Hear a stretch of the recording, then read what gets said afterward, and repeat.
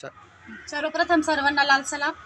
खरं तर धुमाळवाडीमध्ये जो प्रकार घडलाय म्हणजे 3 मुलं आहेत, एकदम आदिवासी कुटुंबातले मुलं आहेत आणि एकदम गरीब कुटुंबातले मुलं आहेत.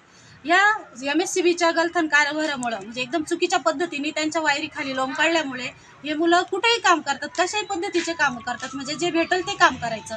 आणि हे काम करत असताना जर त्यांच्या जीविताला धोका झालाय तर MSCBने 3,000 रुपयाची जे मदत केली आहे ती एकदम तुटपुंजी आहे. म्हणजे त्यांनी तर खरं त्यांचा सगळा खर्च उचलायला पाहिजे, पण असं दिसून नाही आलं.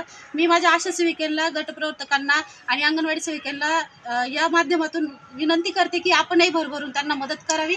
आम्ही आज गावामध्ये जाऊन प्रत्येक दुकानात जाऊन काही 10-5, 10-5, 100, 200, 500, 1000 अशा पद्धतीचा निधी गोळा करून, माझी मैत्रीण आहे आशा सेविका आणि तिचा दीर लागतोय, तर त्यांना ही मदत आम्ही गोळा करून जमा करून दिली आहे.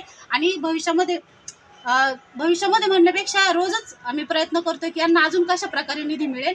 बाकीचे लोक येतात, फोटो काढतात, आम्हाला फोटोंशी काही घेणं देणं नाही, पण त्यांना आर्थिक मदत व्हावी हा आमचा हेतू आहे आणि आम्ही तो पूर्ण करणार.